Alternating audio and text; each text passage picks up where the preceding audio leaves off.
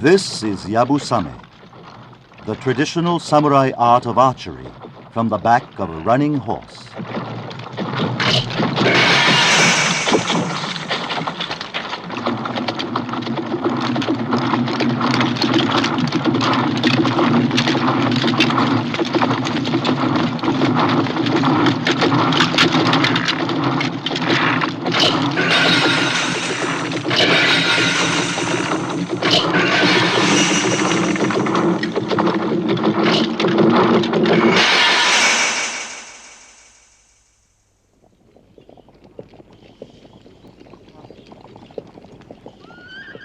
The samurai warriors of ancient Japan lived with a philosophy unique in the annals of mankind.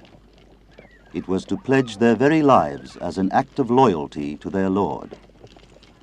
To sacrifice one's life for his master was for the samurai the most glorious death. And so they lived each day with a constant desire for beauty in death.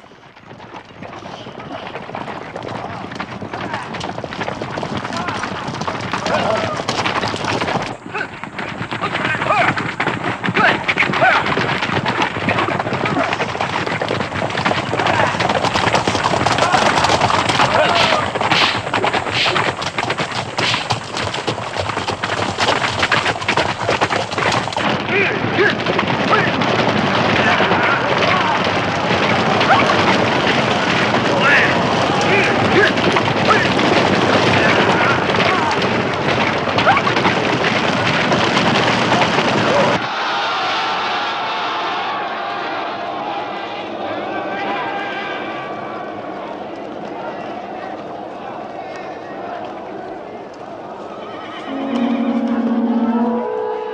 This philosophy that a samurai warrior should live to die gloriously penetrated into the lives of the common people. It is through this philosophy, this spirit of the Japanese, that Budo, the martial arts of Japan, including Kendo, Karate-do, Judo, and Aikido, have been handed down to this day.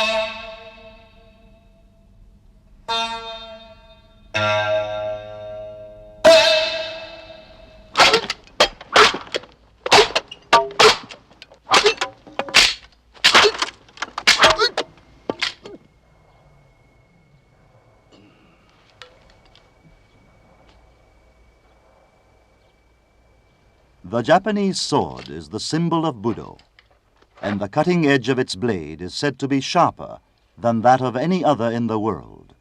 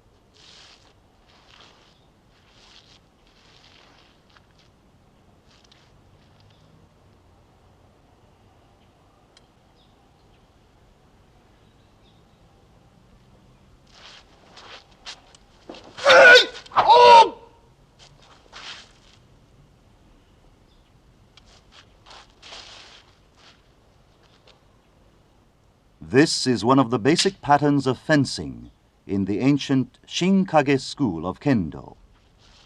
The object is to avoid the opponent's sword and to reply instantly to his blows. As real swords are used, great skill is required, as the least mistake means certain death.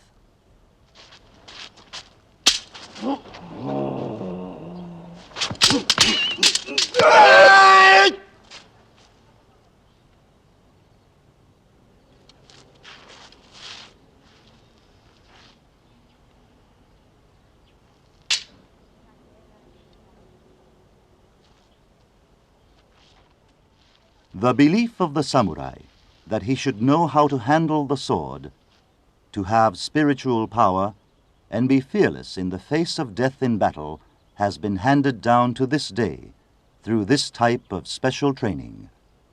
Training which must be continued day after day.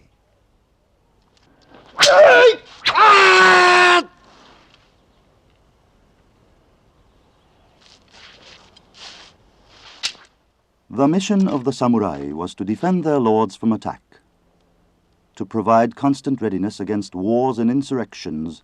They were called to ever improve their minds and sword skill.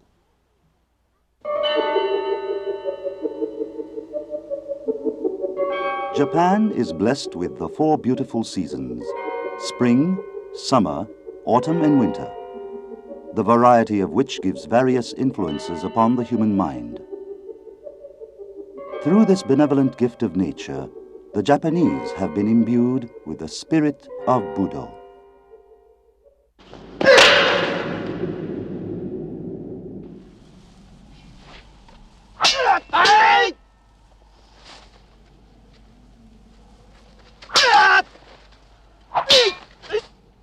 As only the warrior class were privileged to use the sword, the less fortunate had to devise other means of defending themselves from the violence of the sword.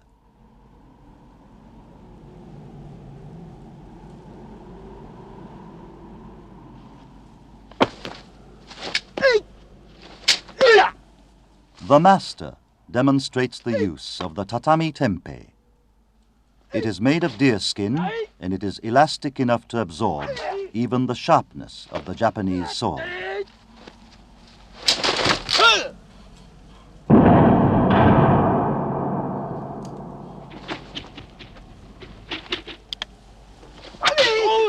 Tonfa, made from the hardwood of the oak tree, allows one to shield himself from the cutting power of the sword, while at the same time it has the unseen power of killing one's opponent with a single blow.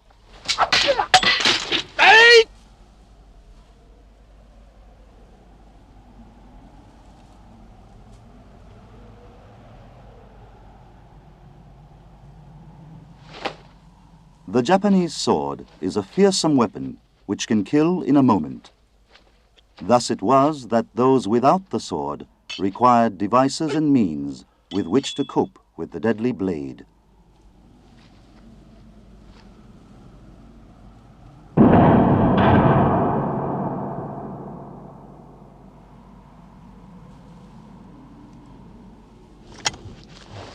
This weapon is called nichogama, consisting of two sickles, a farming implement which may be found anywhere.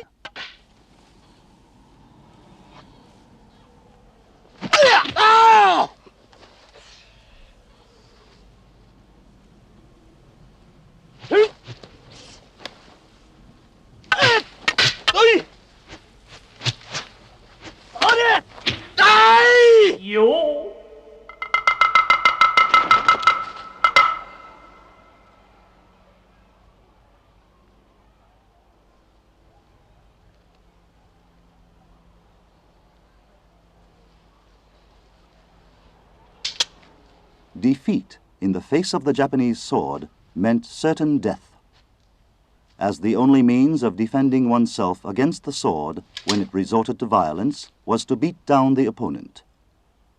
It was therefore vital that one had to train himself severely to master techniques surpassing the samurai.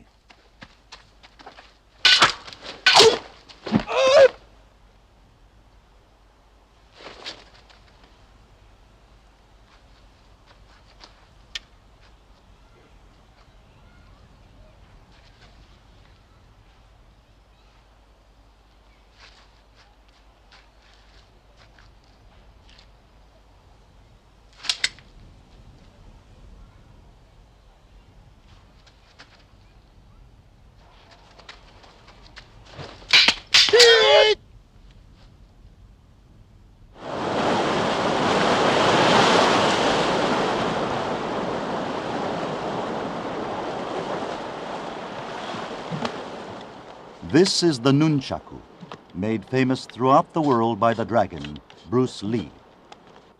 It was devised out of an unsophisticated farming implement used to crush beans.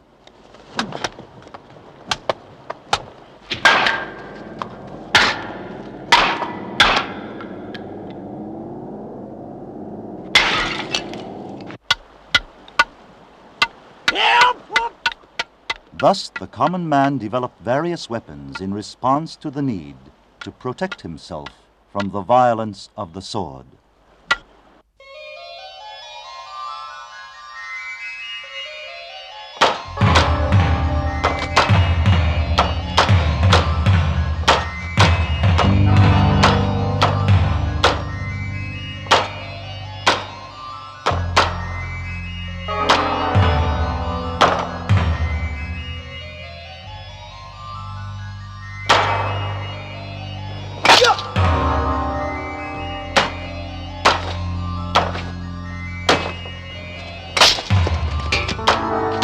The term karate literally means empty-handed.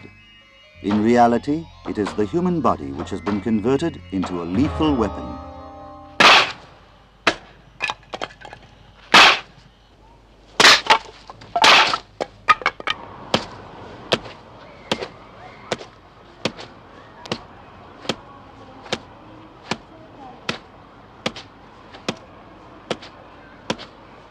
Through cruel physical training, and with it the cultivation of a dauntless spirit so that one can stand any pain, The entire body is converted into a steel weapon.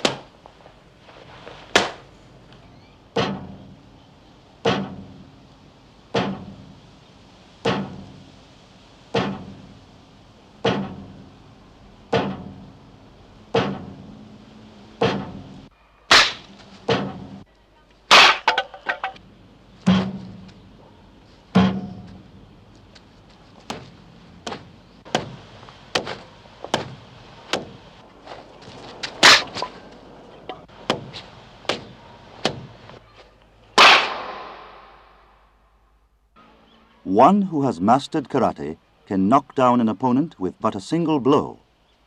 The process to attain this mastery is long and tedious. There is no other means but patience and superhuman effort.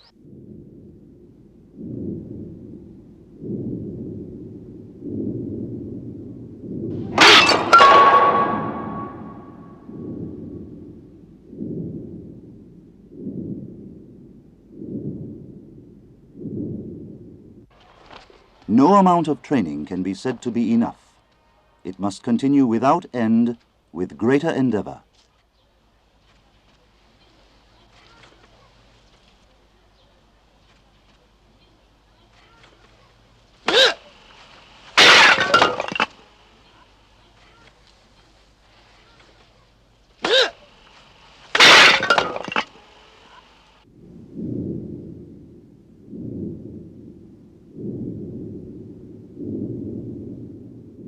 His hands, strengthened and steeled through severe practice, can cut as a sharp-edged knife. Once he concentrates his full mental powers on a given target, his hand shows its true strength.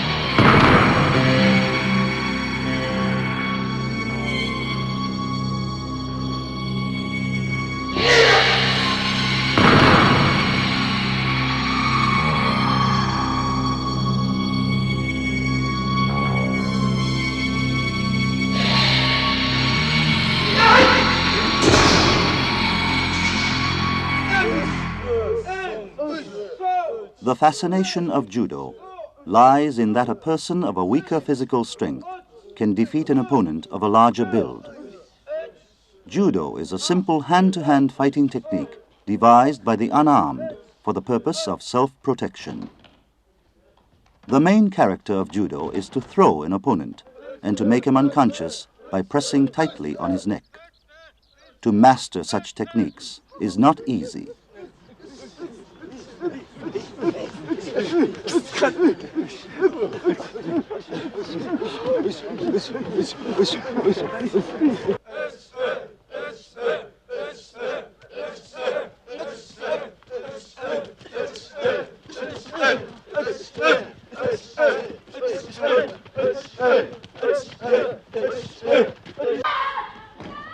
It goes without saying that the indispensable factor in judo is the training of the body.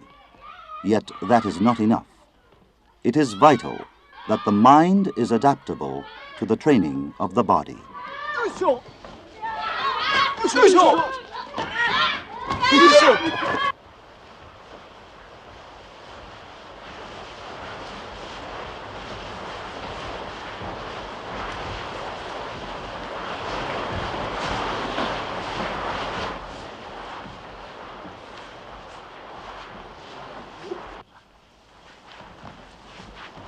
Both pain and agony to the body and mind are basic to the training in Budo.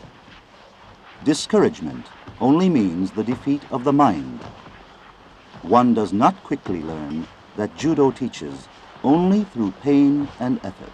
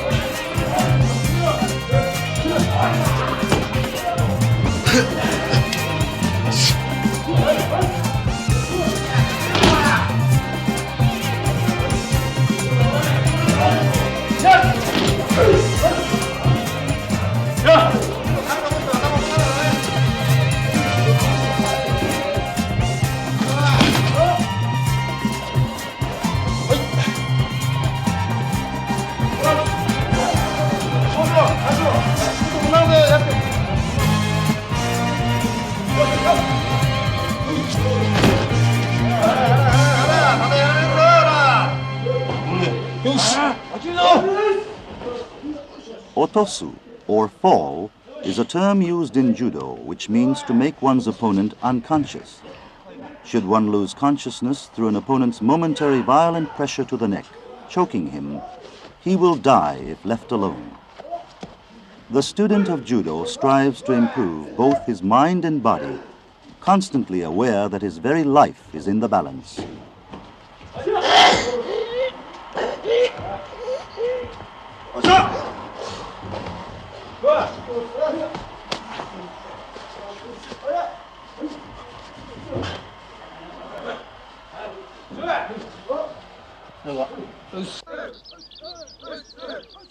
To attain the black belt is but a symbol of having passed the first chapter of the philosophy of Budo. If one becomes self-conceited about his black belt, he will in no time be defeated by one greater than he.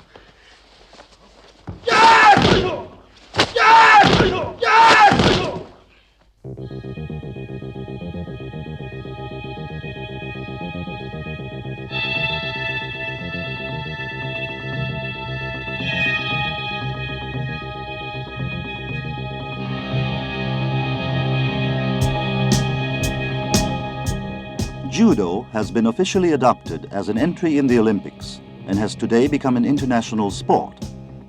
It must be emphasized that to win, one must learn not only the principles of the art, but the formation of the mind.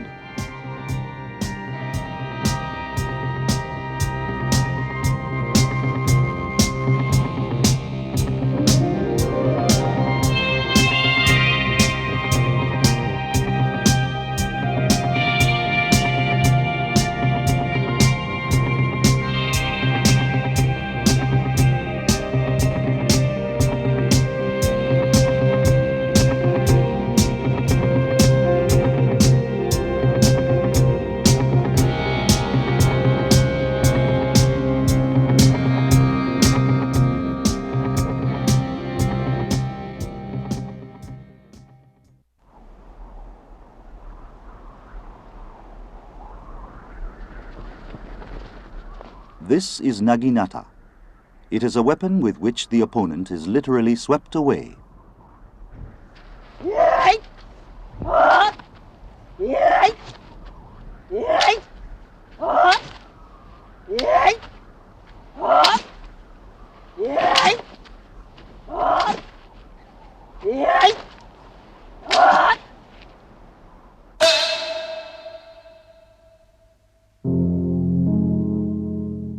Naginata is another form of Budo, being peculiar to the Japanese woman.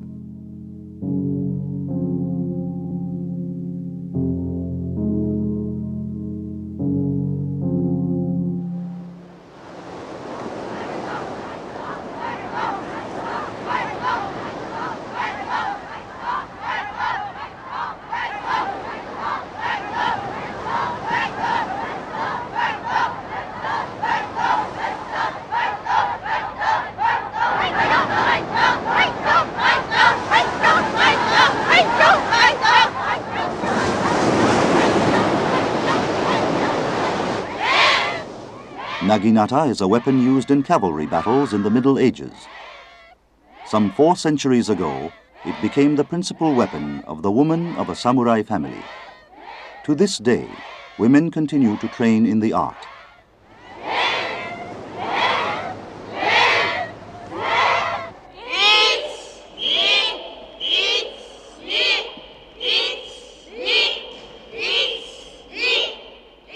The polishing of the training hall is but another way to purify and strengthen the mind of the trainee. The women brandish naginata in their pursuit of spiritual beauty rather than physical strength.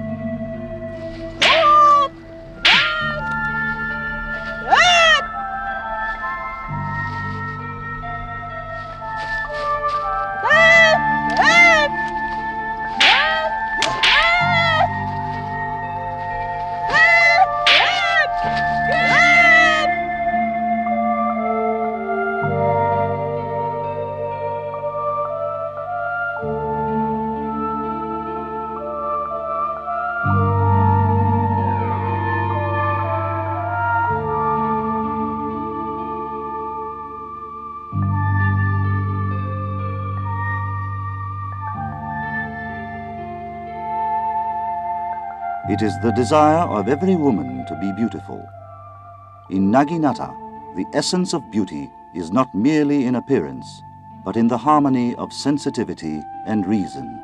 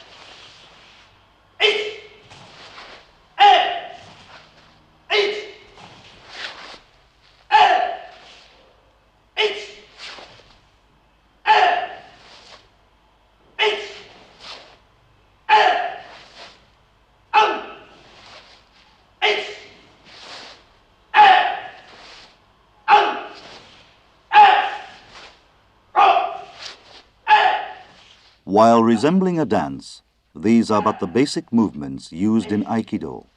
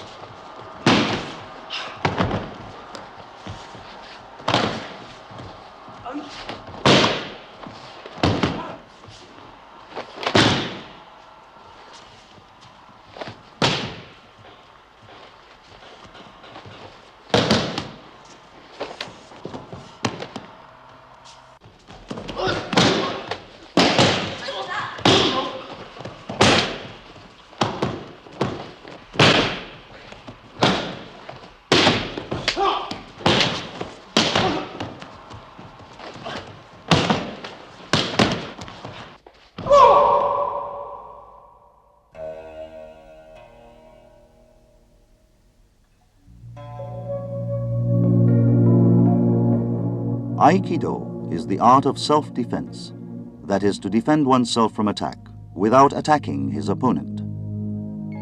The principle of Aikido is to utilize the opponent's own strength to one's advantage, that is, to throw him quite naturally and rationally.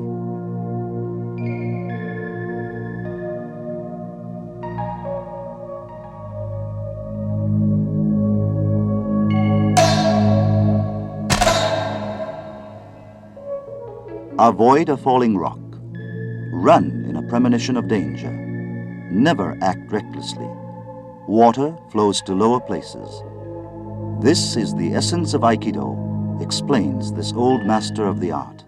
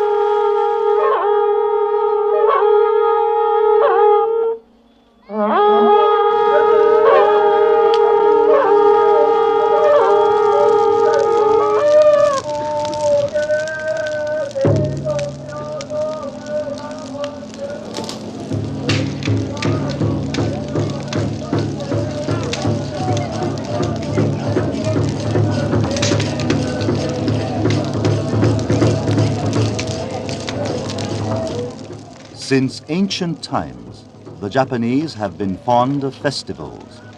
The people, living their lives in the bounty of nature, have always believed in the invincibility of the spirit. The festivals are ritual ceremonies of the people, worshipping the deities of nature. The spirit gives both intelligence and courage, and it is the spirit to which the trainees of Budo entrust their minds. The fear of death lies vanquished in the face of the strength of the mind. This is a ritual enabling those who believe in the gods to have spiritual power to walk with bare feet over burning coal.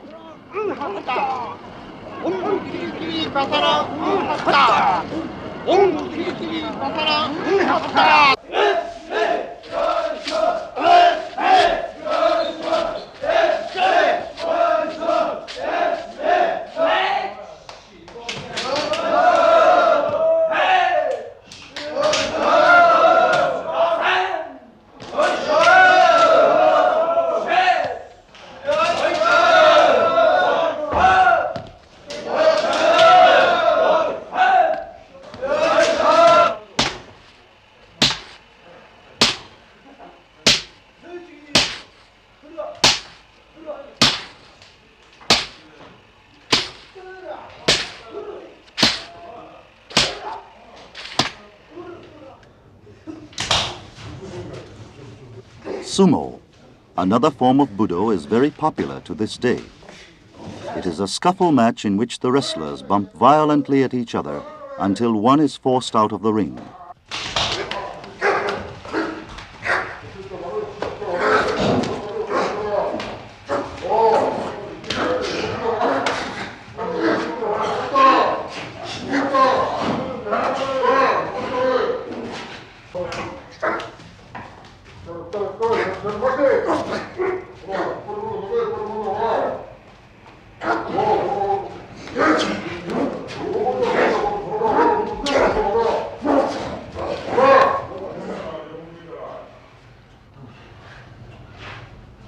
Centuries old, sumo is the national sport of Japan today. It can be said that the momentary power that is exerted at the instant of collision is far stronger than any other similar fight in the world. Constantly improving both their techniques and mental powers, the sumo wrestlers undergo severe training, even to the point of cruelty. Yet this severity is indispensable in the accomplishment of Budo.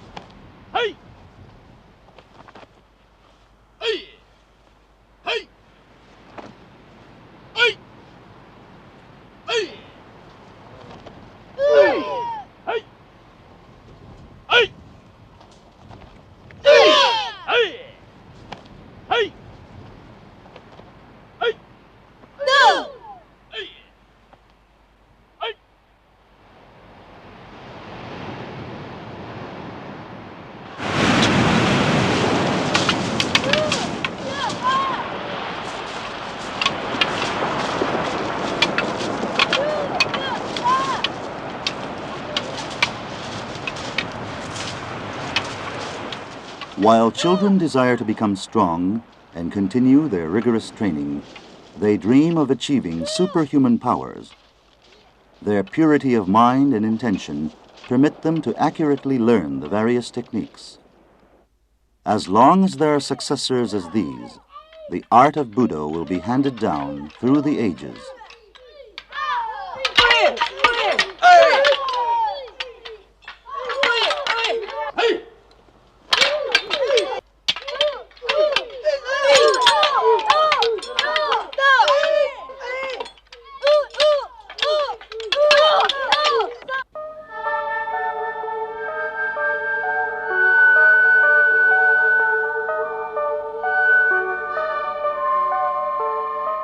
Dreams of young boys are infinite. The new dawn rises on yet another tomorrow.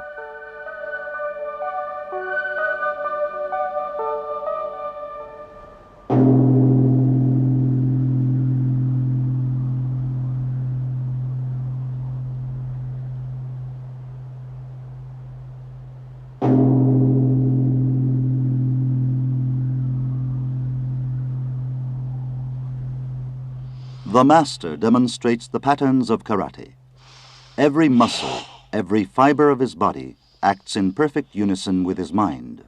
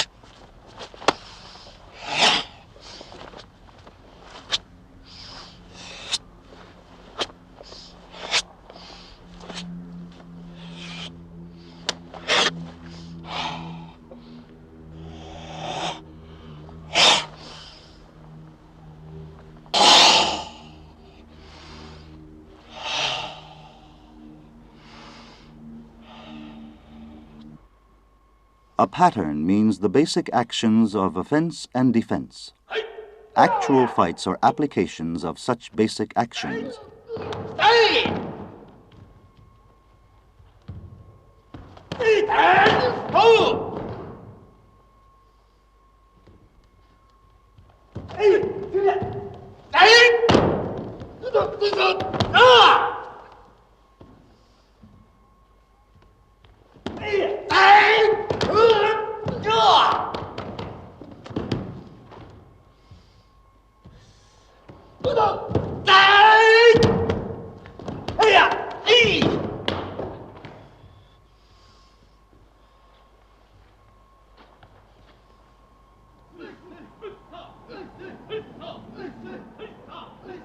To strike first brings certain victory. This is an all-important lesson of Budo. With its principle being the destruction of an opponent with one blow, karate is no exception from this rule. It is therefore that the training must be extremely severe.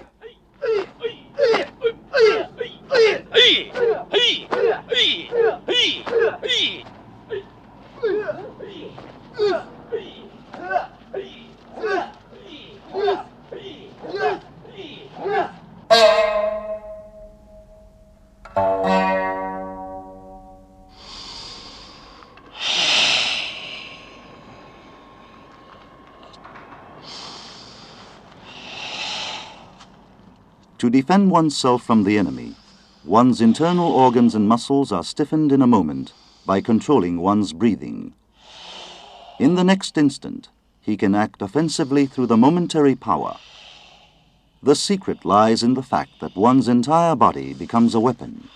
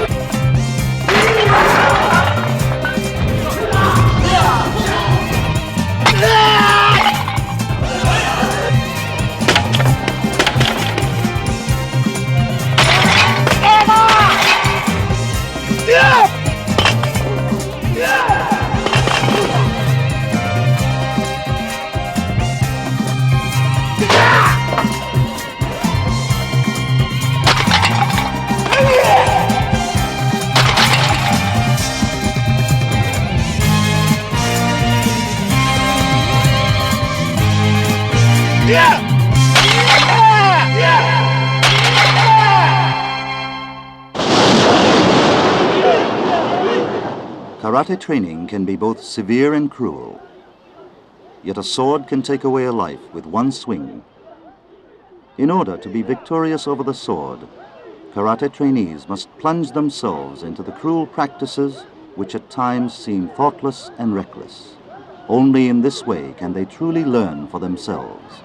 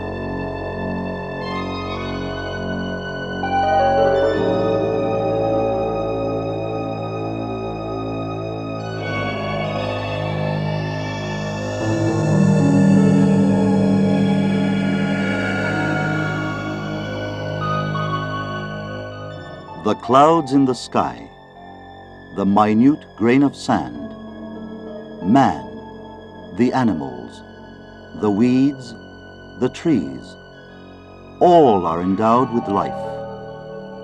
The small and the large, the weak and the strong. This is the law of nature. The weak must defend itself from the strong.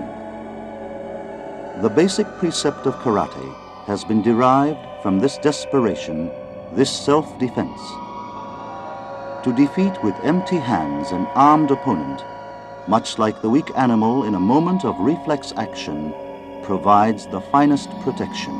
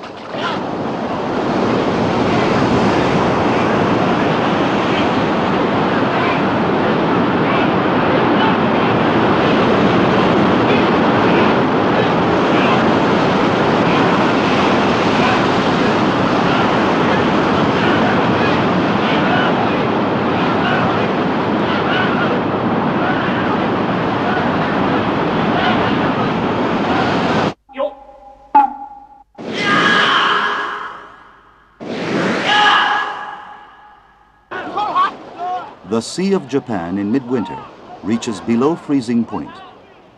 The trainees struggle with nature.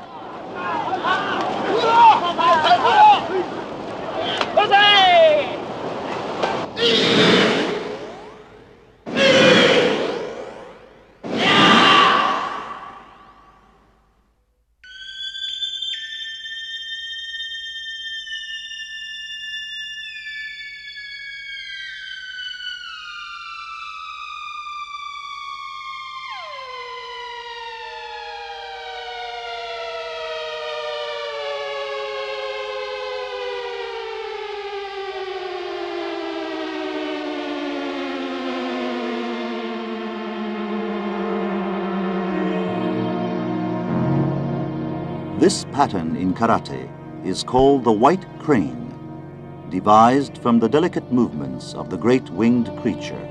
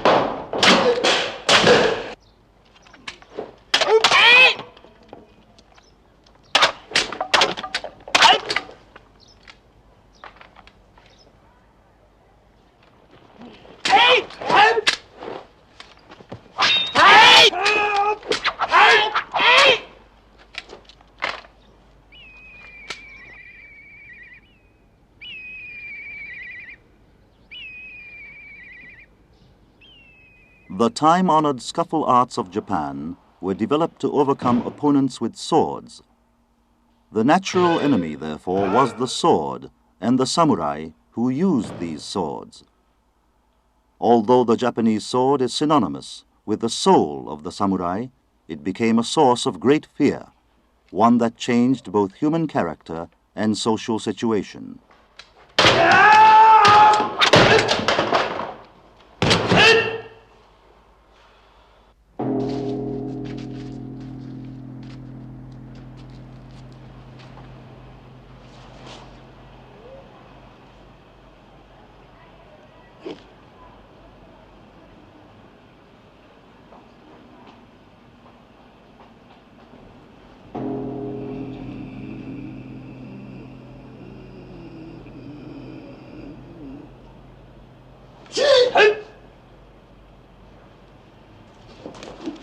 When one has a weapon, it is easy to delude himself into believing that he is better than his opponent. To be a samurai means to avoid this self-conceit and to constantly train oneself to face death.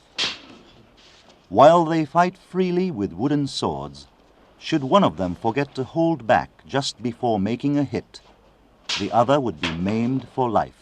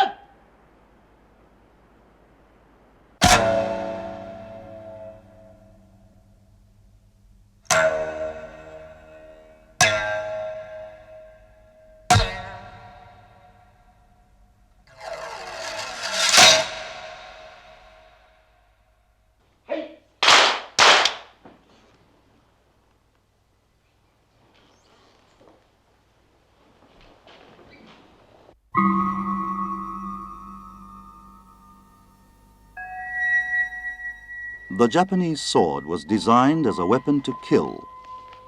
Yet the Japanese sword was at the same time a work of art.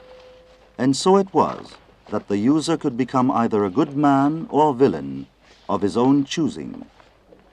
The training teaches one how to live and how to die.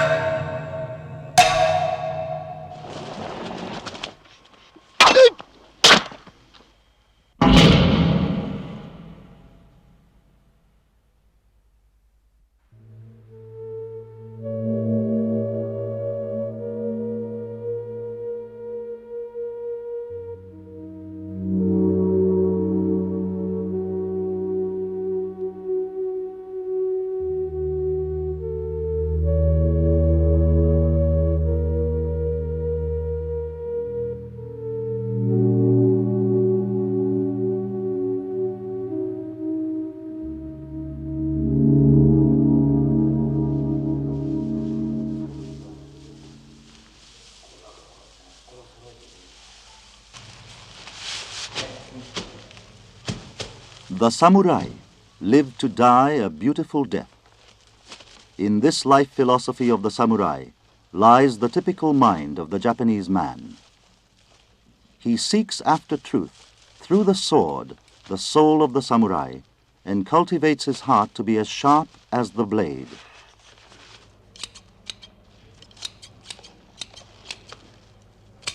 These are the stalks of the rice plant, the staple food of the Japanese. They are bundled together and dipped in water for 3 days. On the 4th day, they are taken out and dried in the shade. The bundle has become softened to the same stiffness of the human neck. That it can be cut with a sword means that the human neck also can be similarly cut.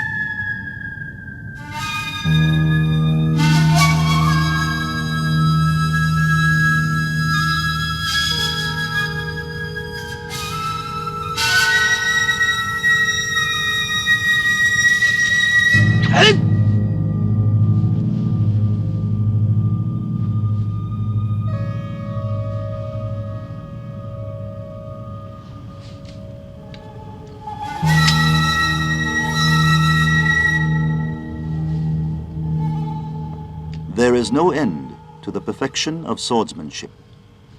The swordsman is often racked by solitude and mental agony, but there is no escape from constant practice.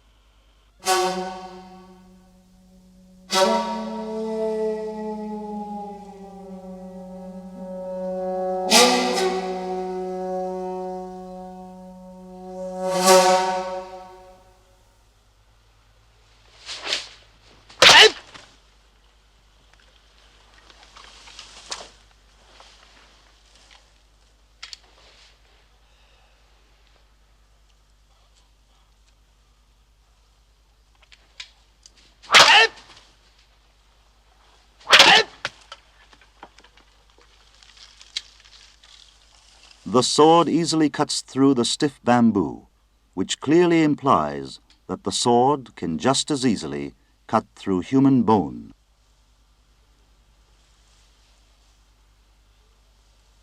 Yo!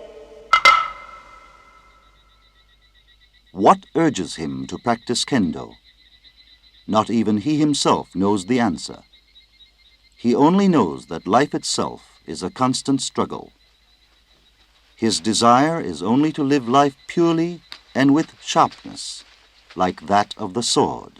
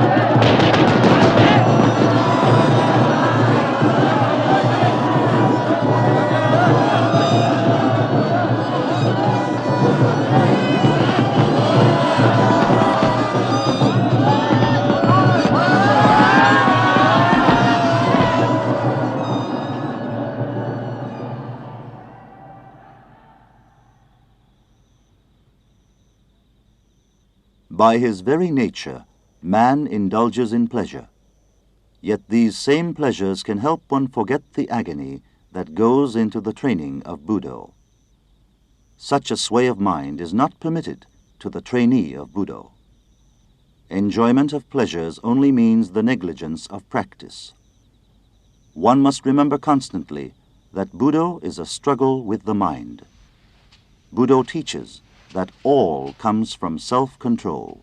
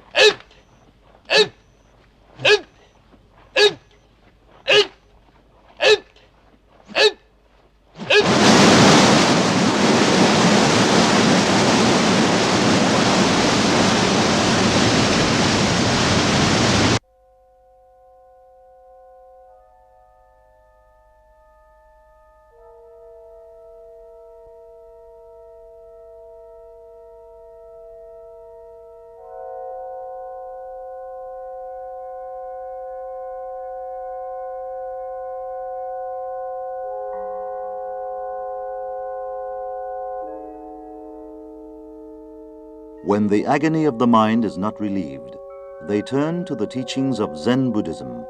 But Zen too, like Budo, is limitless.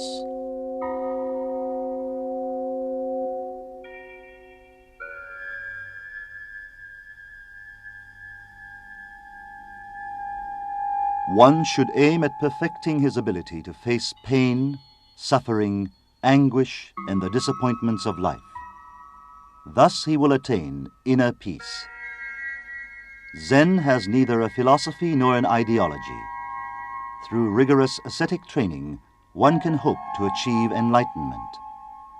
Here one is freely beaten in order that he might rid himself of self-deception and see clearly the merciful love of the Buddha.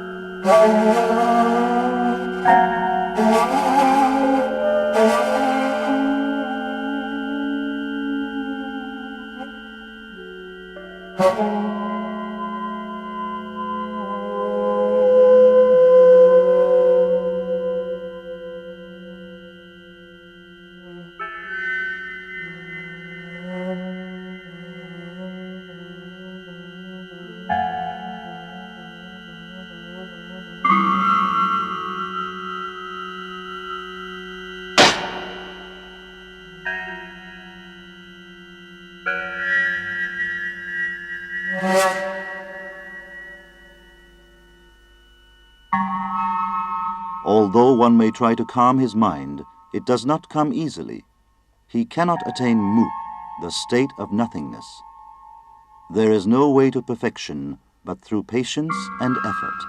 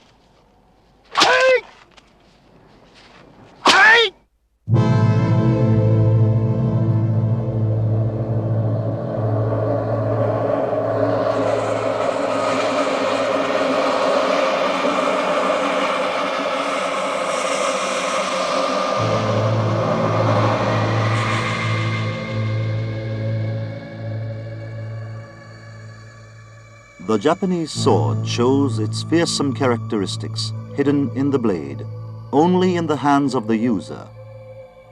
The sword can cut a man's neck in just 1/100th of a second.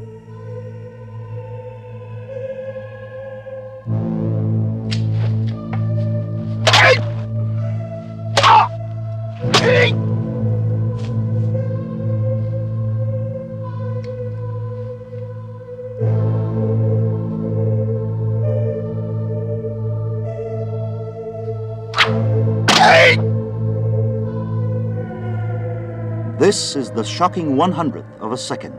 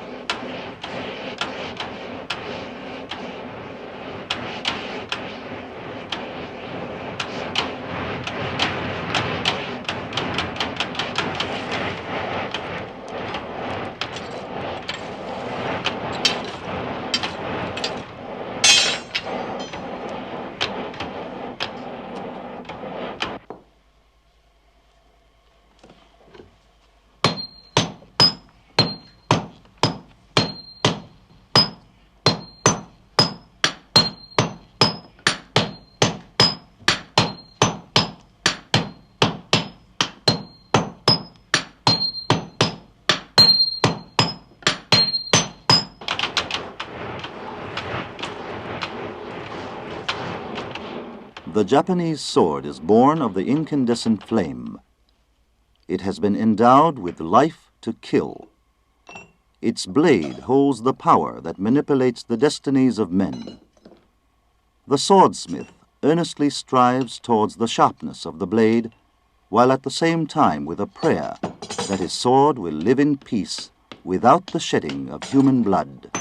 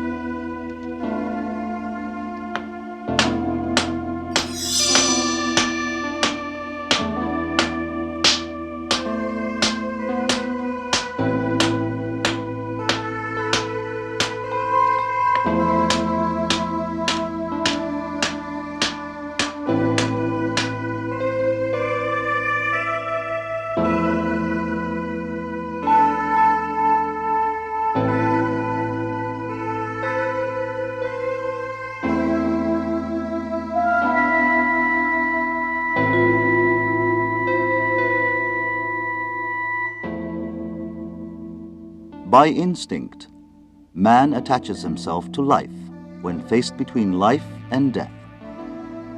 Should he adhere to live, he betrays his desire to die a glorious death. The mystical sword watches life in silence. In Japan, there is a maxim that the life of a human being is the length of the sword. The swordsmith engraves the knots of life.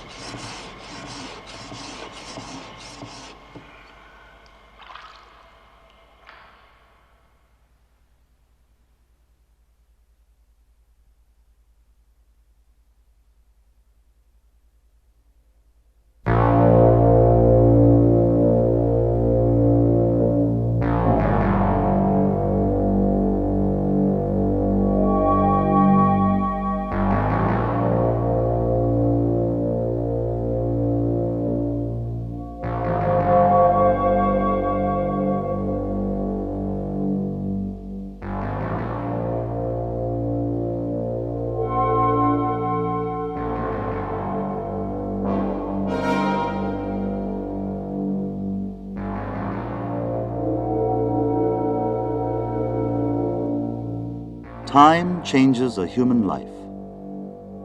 A certain swordsman, having mastered the art without losing his life for half a lifetime, learned in time that he should never draw the sword, not being cut by an opponent and not cutting another, defeating the enemy, winning over his own mind. Such is the spirit of the Japanese sword. He has understood the truth.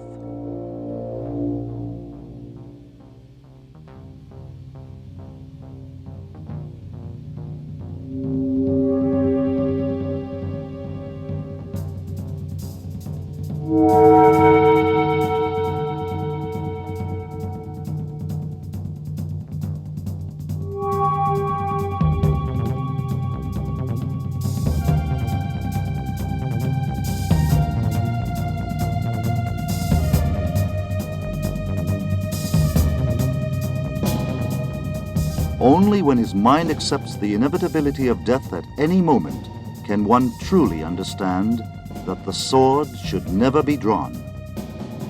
Through the severity and cruelty of the training, one arrives at the truth of Budo, to live life in peace without violence. It is only at the instant separating life from death that the spirit of Budo becomes crystal clear.